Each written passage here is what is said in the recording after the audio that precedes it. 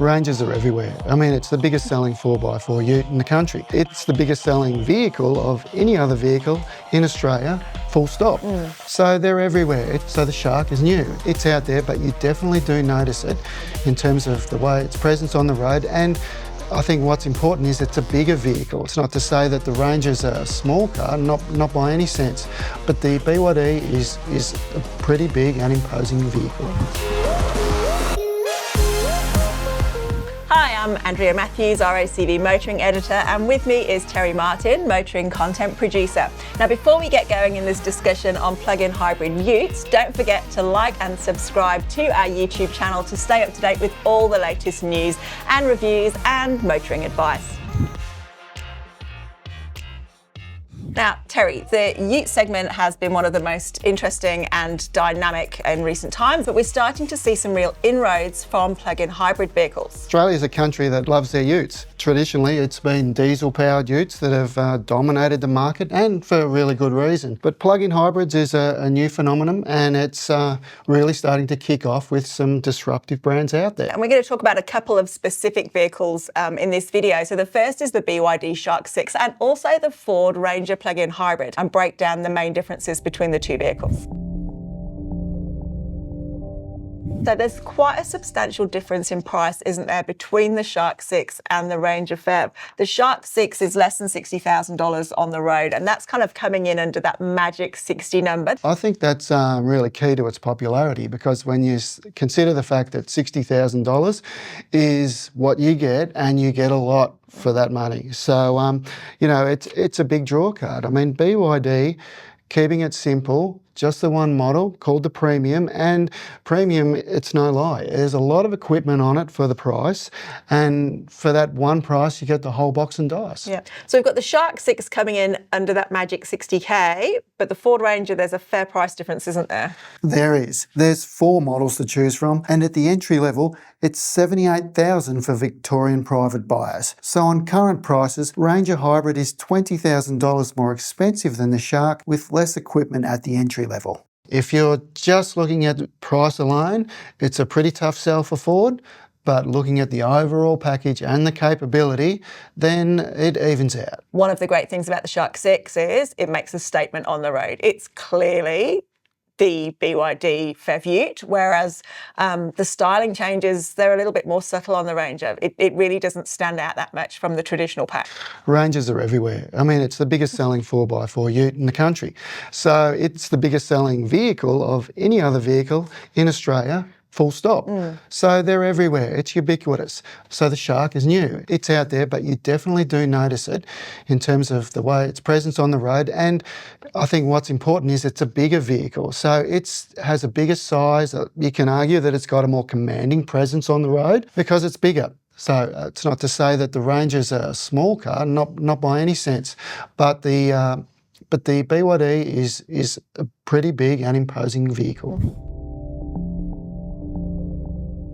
So let's have a look at the running costs for the two vehicles, because they're pretty much line ball, aren't they?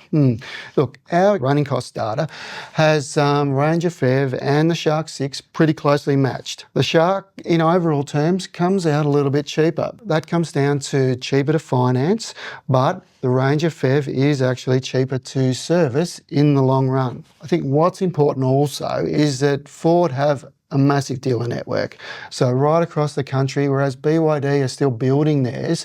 And in my case, for example, it's over 100 kilometres to get to the nearest dealer. And that can make a big difference, although it's really important for motorists to be aware that they don't need to service their vehicle within a dealer network in order to maintain the vehicle warranty. Definitely. It's all about reassurance, knowing that there's support there if you need it, if you get in trouble, when there's a problem. And there's some fairly significant differences on the interior, aren't there? So the package is one thing in terms of there's a fair bit of gadgetry.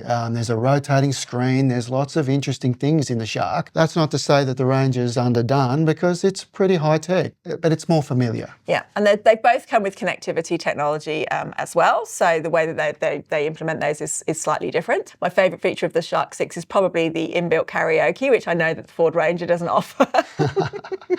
But one advantage that the Ranger has in terms of its connected car technology is eCall, which is an emergency collision notification system, which is amazing if you get involved in a crash. It's a critical technology and something that we're seeing coming on more cars all the time, which is great to see. Yes, definitely.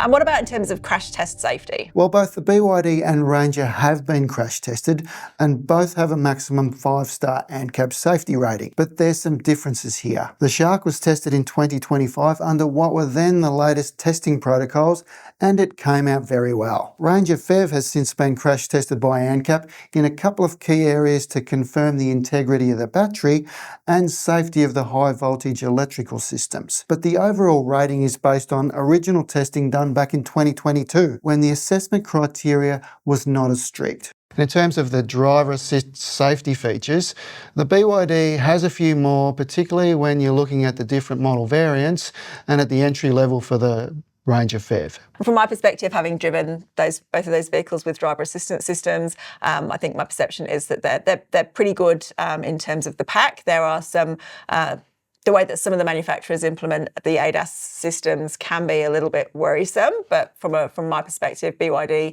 and Ford are definitely up there in terms of some of the best technologies when it comes to things like lane keep assist, traffic sign recognition, and those kinds of really important technologies. Which is incredibly important. I mean, we don't want people turning them off. We want these systems to work well, seamlessly. If you're towing a load, it all becomes pretty important. Yeah. Now, one thing that is different about the Shark 6 and the Ranger PHEV is their ability to charge on the road. Tell me about that. One of the great advantages of the BYD is that it has DC charging capability. Now, DC charging is what you see when you're out on the road with the public fast charging stations, and so you're able to plug in the Shark when you're on the road at a DC fast charging station. You can't actually do that with the Ranger. It only takes an AC charge, which you can find sometimes in shopping centre car parks, but generally it's with your home charger. I think it's important that both are easily charged overnight.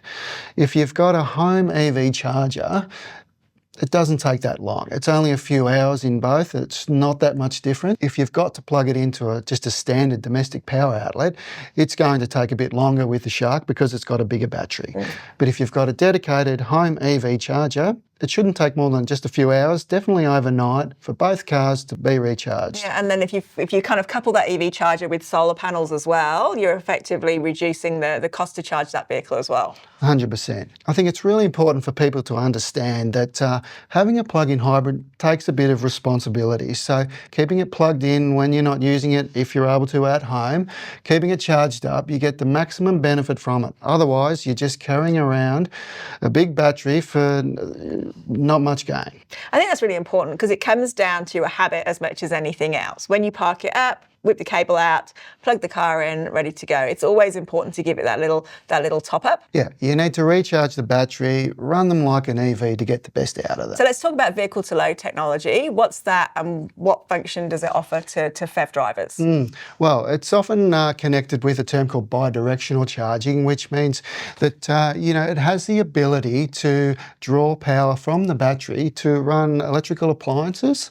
It has a 3-pin power socket like at home, things like a laptop if you're out camping, it's all your camping gear. And I noticed that when you were doing the Ranger PHEV launch, you were actually using it for a hairdryer. Yes, I have been trying all different ways of using vehicle to load technology. Using a hairdryer is a great way to keep their hair coiffed on a camping trip. But more seriously, and particularly I think this is where Ford is pitching the Ranger, is that battery can be used to power work tools. Exactly. So you've got it there, you can work off site, you can have that battery power to draw on the electricity to be running different power tools, lots of different equipment. Remote access is really important, working off-site for tradies, and also for, like we say, for more the recreational buyer, they can head out into the bush and they can run a lot of equipment out there. If you're looking for your next car, you can research and compare running costs, features and specs and view loan options at RACV CarMatch.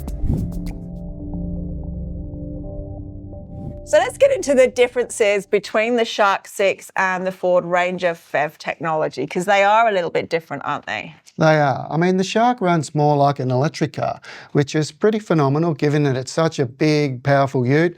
But there it is. It's got a bigger battery.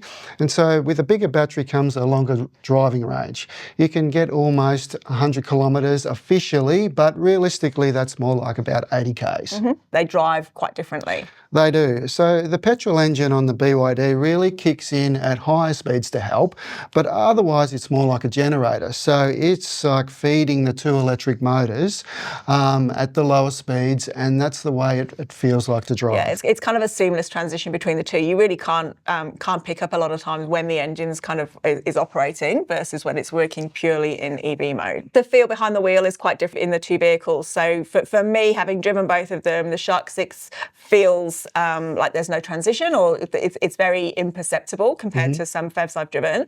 But the Ranger is quite different, because when it's running in EV mode and you start to put it under low, perhaps going up a hill, there's actually a trigger. There's a request that it makes where you have to then select the petrol engine to kick in, and then the car progresses. And I think that's the big difference from a drivability point of view that I saw with those two vehicles, is how the driver manages that technology. In the Shark 6, they really don't need to.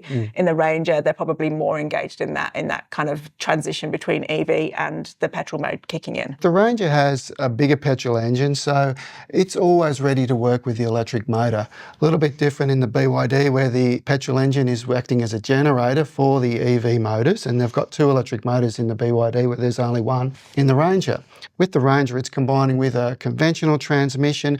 It feels, a fair bit like any other Ranger to drive. It doesn't really feel like an electric car. So we've talked a little bit about how the hybrid systems are different. The Ranger PHEV is not a compromised vehicle, is it? It still maintains a lot of the characteristics that Ranger's known for. It's really important with a plug-in hybrid that it doesn't come with compromises. So, I mean, why would you buy one over a traditional diesel car? So that's been important clearly for Ford, and they've really prioritised some of those key attributes that buyers have been looking for traditionally. So that includes towing capacity, it includes payload, those sort of key elements that people are looking for when they're looking for a ute. One of the other key differences is off-road. Yes, you can take the Shark 6 off-road, and we've seen videos of it off the beaten track, but the Ranger has got a little bit more to offer in terms of the off-road capability. That's right. They're both got pretty tough ladder frame chassis. They have electronic handling devices that are specific off-road modes, all that type of thing. So you can definitely take the Shark off-road. It's just that the Ranger really does go that extra distance. It's got more of that traditional transmission, so it's got low range gearing.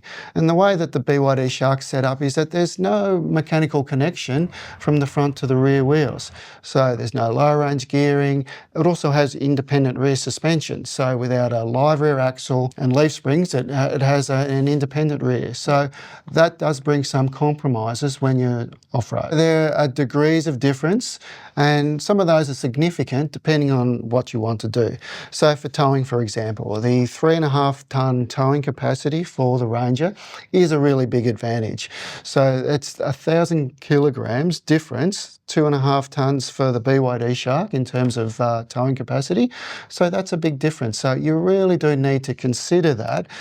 Depending on what you're carrying, it might be fine for some people with a lighter trailer or a smaller caravan, but those are the sorts of things you do need to consider. Yeah, I think that's one of the other things as you think about using these vehicles as well. If you are going to be towing, it's probably going to work out better if you choose to have the petrol engine working as opposed to just driving it in EV mode, because you will reduce that battery fairly substantially if you've got some weight behind the vehicle. Ford's pretty good good at this. I mean, the Ranger is Australian developed.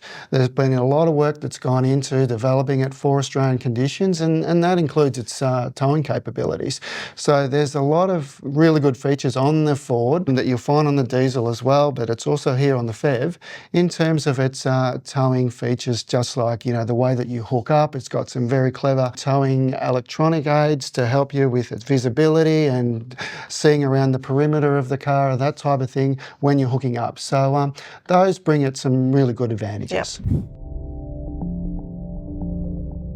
One of the reasons why we've seen this rapid adoption of the Shark 6 and those high initial sales, it's a vehicle that can be that load carrier on the weekend, but it's a nice car to drive during the week. But you've also got that 100 Ks of driving range, which is going to cover most people's daily commutes. You know, perhaps you're coming out of a prestige European SUV. You don't need the space for the family any longer, but you need a vehicle that's a little bit more practical for a lifestyle property, perhaps. Then I think the Shark 6 makes a lot of sense. Whereas if you're a tradie, if you're a die-hard off-roader, but you're looking maybe to move from an older diesel into this new technology, then you've got the comfort that you're still going to be able to do your towing. You're still going to be able to have that off-road articulation. You know, you've got the capability of the Ranger with that permanent all-wheel drive, which is just going to give you that little bit more confidence to head a bit further afield. And of course, there's going to be more brands entering the market. GWM has got its own Canon Alpha plug-in hybrid. We've really focused on the Shark 6 and the Ranger here for the purposes of this discussion, but there's a lot more coming in the plug-in hybrid